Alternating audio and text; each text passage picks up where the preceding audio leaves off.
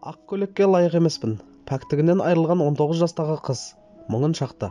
Инстаграм әлеуметтік желісінде атын жасыруын сұраған 19 жастағы бойжеткен қиын жағдайға тап болғанын айтып, мұңын шақты.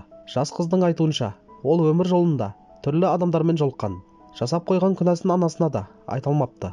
Кейде өзіне өзі қол жұмсамақ ойларда болған.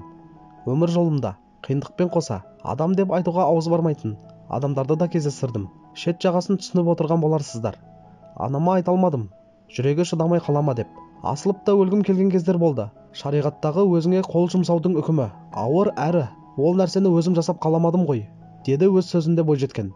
Оның айтуынша, көңіл білдіріп жүрген жігіттердің барына қарамастан, бойжеткен өзін ақ көйлек киюге лайық деп санамайды екен. Өзгелер секілді еңсемді көтеріп тұрмысқа шыққым келеді, бірақ ақ көйлекке лайық емесімді де түсінемін. Көңіл білдіріп жүрген жас жігіттер де жоқ емес, бірақ оларды өзіме қимаймын. Тең-теңімен деген ғой бабаларымыз. Жағдайымды түсінетін ажырасқан, не жары қайтыс болған кісі болса, бас құрап, отанасы болғым келеді. Жөні түзу, жауапкершілігі, сыйластығы болса болды, сүймесе де, деді жас қыз.